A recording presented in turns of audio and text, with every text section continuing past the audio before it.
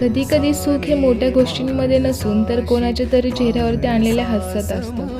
देण्यामध्ये जे समाधान असतं ना, ते घेण्यामध्ये कुठं. आनंद वाटल्याने वाढतो. म्हणूनच म्हणतात ना, शब्दांपेक्षा भावना हे बोलक्या असतात. अन्न हे पूर्ण ब्रह्म असं म्हणतात की अन्नदान हेच सगळ्यात मोठे दान आहे. तर ह्या वर्षी मला माझा बड्डे वेगळ्या पद्धतीने सेलिब्रेट करायचा होता. तसेही ह्या वर्षी मी छोटासा क्लाउड किचनचा बिझनेस स्टार्ट केला आहे. तर हाच आनंद मला सेलिब्रेट करण्यासाठी मी माझा बड्डे अनाथ आश्रममध्ये साजरा करायचा ठरवला.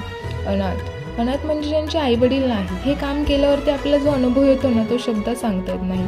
आज आपण हे आयुष्य जगत आहोत, हे त्यांचे स्वप्न आहे. विचार करा ना, यांना आईवडील नाही, ना राहण्यासाठी घर, ना कोणाचा आधार. ते फक्त स्वतःचे सोबती आहेत.